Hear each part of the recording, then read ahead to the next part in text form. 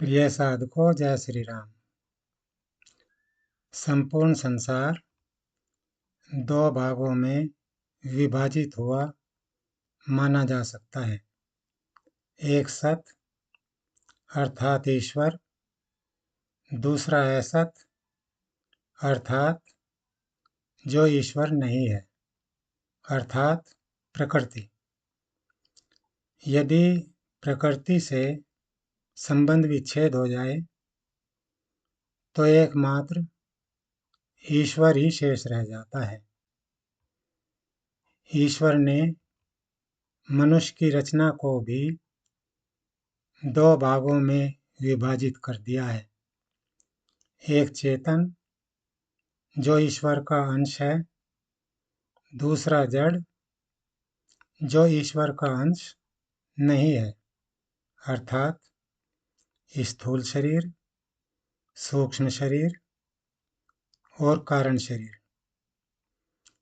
यदि जड़ अर्थात तीनों शरीरों से संबंध विच्छेद हो जाए तो एकमात्र चेतन ही शेष रह जाता है और जीव की स्वतः स्वाभाविक स्थिति परमात्मा में हो जाती है। मनुष्य सत्संग, स्वाध्याय, भजन, कीर्तन, नाम जप, परोपकार आदि जितने भी शुभ कर्म करता है, वे सब अपने को जड़ से पृथक करने के लिए ही करता है। इसीलिए परमात्म तत्व का अनुभव करने के लिए दो साधन बनते हैं। पहला, जड़ता का त्याग करने पर एकमात्र चेतन ही शेष रह जाता है, अर्थात सत में स्थिति स्वतः ही हो जाती है। दूसरा, सत का चिंतन करते करते स्वतः स्वाभाविक सत में स्थिति हो जाती है। तात्पर्य यह है कि आपको किसी भी भांति असत से संबंध विच्छेद करना है। इसके लिए आप यदि संसार और परमात्मा को अलग अलग मानते हैं तो संसार में सर्वत्र परमात्मा विराजमान है ऐसा मान लें, क्योंकि परमात्मा कण कण में व्याप्त है। और यदि आप अद्वैतवाद के आधार पर केवल एक परमात्मा को ही मानते हैं तो तब आप प्रत्येक पदार्थ और क्रिया को भी परमात्मा स्वरूप मान लें, या यह संसार परमात्मा का है ऐसा मान लें। संसार को भगवान का मानने के कारण जब आप समस्त प्राणी, वस्तुएं, घटनाएं, परिस्थितियां, आपत्ति, शरीर, इंद्रियां, मन, बुद्धि, प्राण आदि सब कुछ भगवान को सौंप देते हैं तो आपके केवल एक परमात्मा ही शेष रह जाते हैं और आपकी स्थिति परमात्मा में हो जाती है। इसमें साधक की धारणा है कि उसे इन तीनों में से कौन सा साधन आसान लगता है।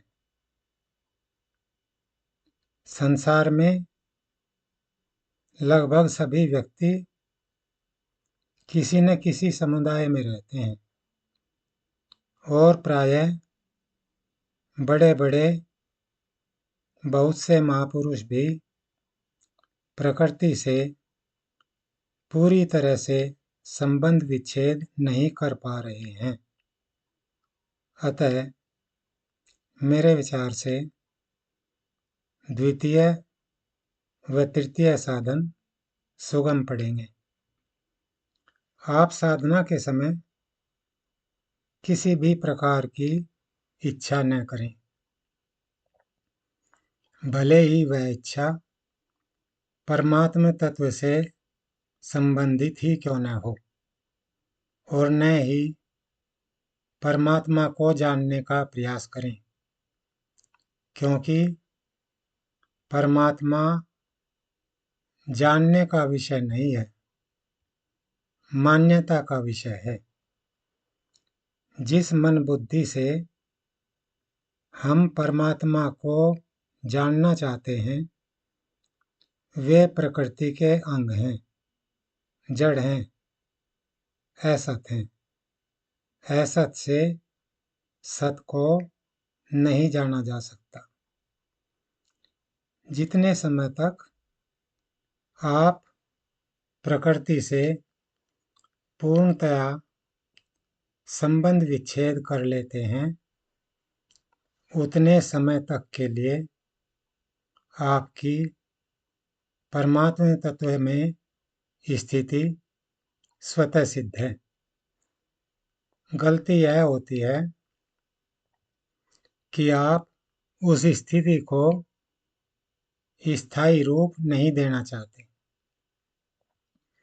और कुछ समय बाद यह देखने का प्रयास करते हैं कि असत से संबंध छोड़ने के कारण इंद्रियों में कोई विलक्षणता आई या नहीं। यह विलक्षणता इसलिए नजर नहीं आती क्योंकि आप इस विलक्षणता को मन बुद्धि इंद्रियों से देखना चाहते हैं, और मन बुद्धि इंद्रियों में ही देखना चाहते हैं, अर्थात असत के द्वारा असत ही देखना चाहते हैं, जबकि वास्तव में वह स्थिति पूर्णता की स्थिति होती है। यदि मनुष्य जीवन पर्यंत असत से संबंध विच्छेद बनाए रखें, तो मृत्यु के बाद भी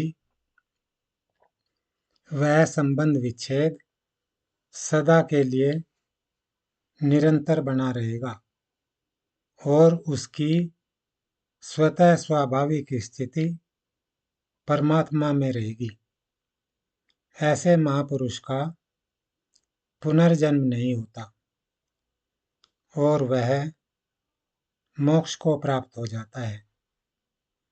असत का संग ही पुनरावृत्ति का कारण है।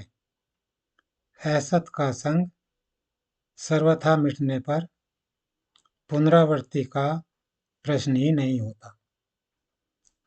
नाम जप द्वारा असत से संबंध विच्छेद किया जा सकता है।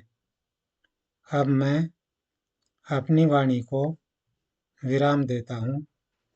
मेरी ओर से आप सभी भक्तजनों को बहुत बहुत शुभकामनाएं।